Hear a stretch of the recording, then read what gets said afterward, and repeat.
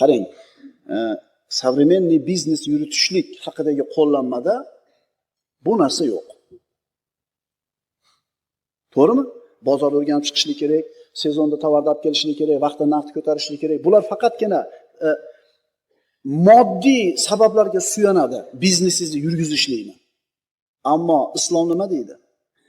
Bir kishini har bitta ishda muvaffaqiyatga erishayotganligi, ishini oldiga yurayotganligini siri bu inson ota-onasini rozi qilgan inson. Bu inson ota-onasini duosini olgan inson. Bu insonni hamma yo'g'i yaxshi bo'ladi kelajakda inshaalloh.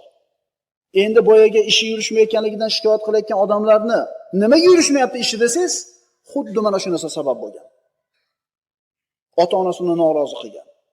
Ota-onasini g'azablantirgan va ota-onasi o'tib ham ketgan.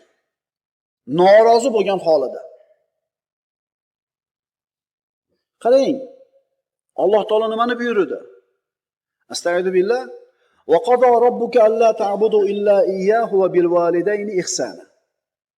Parvardigoringiz yolg'iz uning o'ziga ibodat qilishlaringizni hamda ota-onaga yaxshilik qilishlaringizni amr etdi. Qaranglar, Allohga ibodat qilishlikdan keyin nima eslatilinyapti? Ota-onaga yaxshilik qilishlik.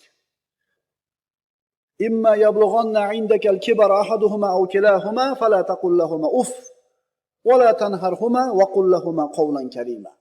Oyat qarang davomini. Agar ularning birovi yoki har ikkisi sening qo'l ostingda keksalik yoshiga yetsalar, ularga qarab uff tortma. Va ularning so'zlarini qaytarma, ularga doim yaxshi so'z ayt. Allohga ibodat qil, ota-onangni rozi qil, ularga uff dema, qattiq gapirma.